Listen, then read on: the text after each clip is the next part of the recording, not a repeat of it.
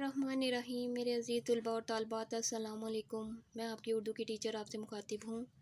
आज हम करेंगे उर्दू ग्रामर का काम। उर्दू ग्रामर में आज हम कहानी करेंगे फ़रिश्ता और लकड़हारा। एक लकड़हारा जंगल से लकड़ियाँ काट के शहर में बेचता और इस आमदनी से बीवी बच्चों का पेट पालता। एक दिन वो दरिया के किनारे दरख्त काटने लगा तो इसका कुल्हाड़ा दरिया में गिर पड़ा और वो ये सोच कर रोने लगा कि कुल्हाड़े के बगैर अब वो मजदूरी किस तरह करेगा। इस दौरान एक फरिश्ता ज़ाहिर हुआ और रोने की वजह पूछी। लकड़हारे ने कहा कि मैं लकड़ियाँ काट रहा था, बदकिस्मती से मेरा कुल्हाड़ा दरिया में गिर गया। फरिश्ते को लकड़हारे पर बहुत तरस आया। उसने दरिया में गोता लगाया और सोने का कुल्हाड़ा निकाल लाया।